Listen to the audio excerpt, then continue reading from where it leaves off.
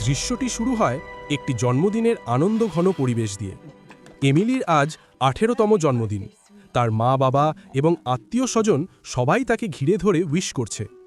মা আদর করে বলছেন, হ্যাপি বার্থডে সুইটি, বিশ্বাসই হচ্ছে না তুমি আজ এত বড় হয়ে গেছো। বাবাও বেশ গর্বিত। তিনি বলছেন, আমাদের পরিবারের সবাই জীবনে খুব সাকসেসফুল। এর কারণ শুধু আমাদের পরিশ্রম নয়, বরং আমাদের পরিবারের একটি বিশেষ উপহার। এমিলি অবাক হয়ে জানতে চায় সেই উপহারটা কি। বাবা তাকে ঘড়ির দিকে তাকাতে বলেন।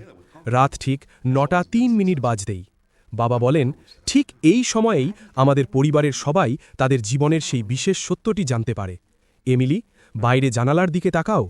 এমিলি জানালার বাইরে তাকিয়ে দেখে অন্ধকারে একজন মানুষ দাঁড়িয়ে আছে। সে ভয় পেয়ে যায়, কিন্তু তার বাবা মা তাকে শান্ত করে বলেন, ভয় পেও না, ওটা কোনো সাধারণ মানুষ নয়, ওটা হলো তোমার লাইফ গার্ডিয়ান। রহস্যের শুরু এখান থেকেই। বাবা জানালেন যে তাদের পরিবারের প্রতিটি সদস্য তাদের মৃত্যুর সময়টা আগে থেকেই জানতে পারে। এই লাইফ গার্ডিয়ান হলো আসলে তাদের আয়ুর একটি পরিমাপ। এটি আগে থেকে আমাদেরকে ভাগ্য জানতে সাহায্য করে। নিয়মটা হলো, ওই মানুষটি তোমার থেকে যত দূরে থাকবে তোমার আয়ু তত বেশি। তুমি যত বৃদ্ধ হবে সে তত তোমার কাছে আসতে থাকবে। আর যেদিন সে একদম তোমার শরীরের সাথে মিশে যাবে সেদিনই হবে তোমার শেষ দিন, ডেথ ডে। এবং এই আয়ুকাল সে তোমার সফলতা বয়ে আনবে। বাবা মা হাসি মুখে বলছেন, এখনও সে অনেক দূরে, তাই ভয়ের কিছু নেই।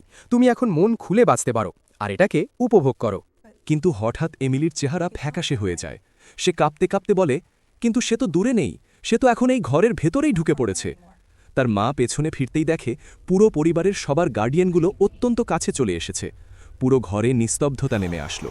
সবার হাসি মুখ মুহূর্তেই আতঙ্কে জমে যায়। এর মানে এমিলির পরিবারের সবার আয়ু আর মাত্র কয়েক মুহূর্ত। ব্যাকগ্রাউন্ডে একটা বিল্ডিং ধসের আওয়াজ শুনে আমরা বুঝতে পারি গল্পটি হয়তো এখানেই শেষ। তাদের সকলের মৃত্যু হয়েছে।